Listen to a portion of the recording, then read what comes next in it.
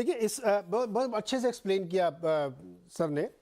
हमारी स्क्रीन पे इस समय आपको जो नंबर्स दिख रहे हैं ये प्री कोविड और करंट ईपीएस को पी को हमने कंपेयर किया है। तो एक ज़माना था जब ये, अभी तो ये बहुत करेक्ट हो के आपको ये मल्टीपल्स दिख रहे हैं, इससे भी कहीं ज़्यादा थे। तो प्री कोविड से कंपेयर करना इसलिए हमने समझा कि किया जाना चाहिए क्योंकि आपको एक अंतर समझ में आया कि कहाँ से कहाँ की रैली बनी थी। अब वो करेक्शन के बाद है लेकिन अभी भी बहुत महंगे हैं, ऐसा कुछ लोगों का मानना है। लेकिन यूएस में हर दिन हम लोग खबरें सुनते थे कि फलाने जी ने 5,000 लोग निकाले, फिर 10,000 लोग निकाल दिए, उनकी डिमांड कम हो रही है। तो उसका असर उनके धंधे में पड़ेगा और चूंकि हमको उनसे काम मिलता है तो हमारे ऊपर पड़ेगा। तो ये सब देख के क्या बेच के निकल लेना चाहिए क्या?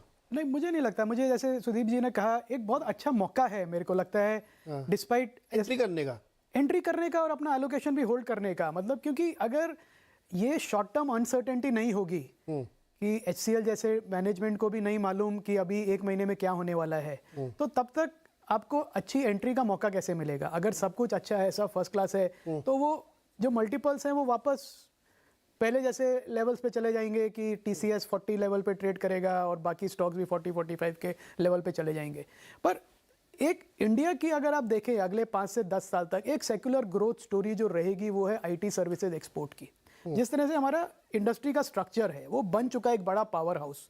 अब TCS है, इन्फोसिस है, LTI, माइंडट्री का मर्जर हो गया, बड़ी कंपनीज हो गई हैं इस स्केल की। अब वो $1 बिलियन के RFPs पे बिड करती हैं और गिनी चुनी दुनिया में एक्सेंचर है, कैपजेमिनी है, IBM है, ऐसी 4-5 कंपनीज हैं अब उस लेवल की जिसके साथ इंडियन कंपनीज डायरेक्टली कम्पीट करती हैं।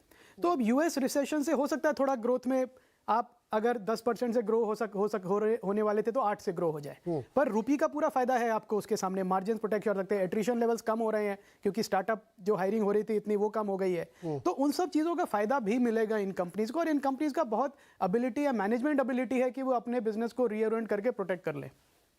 यानी जो निवेशित है वो तो निवेशित रहे लेकिन नई एंट्री नहीं। बिल्कुल, अगर आपके पोर्टफोलियो में अंडर एलोकेटेड है तो ये बहुत अच्छा टाइम है कि आप IT ऐड करें या फिर उसको अपने पुराने लेवल पे ले आए। लेकिन हिस्टोरिकल मल्टीपल से आप देखिए तो अभी भी बहुत महंगे लगते हैं, पता नहीं है कि नहीं, आप बताइए। नहीं, पर जिस तरह से आप देखिए एक उनका जो बिजनेस मॉडल है पूरा ऐसा कोई वर्किंग कैपिटल का इशू नहीं है और बहुत शेयर होल्डर फ्रेंडली है। हर कंपनी आप देखिए इन्फोसिस को बाई बैक कर रहा है, कोई डिविडेंड दे रहा है, कोई किसी ना बोनस दे रहा है, किसी ना किसी तरह से 60-70% जो अर्निंग्स है इन्वेस्टर्स को देते रहते हैं साल दर साल और पूरा कैश में मतलब पूरा कैश अर्निंग्स है, कोई वर्किंग कैपिटल का इशू नहीं है।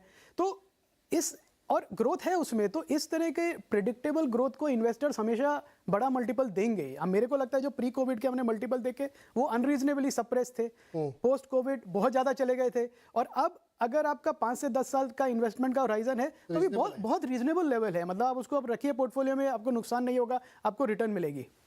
माहेश्वरी सर, आप लोगों ने खरीदारी शुरू करी क्या, या आपका क्या व्यू बनता है इस पूरे IT सेक्टर पर? कैसे आप लोग इसको आजकल देख रहे हैं?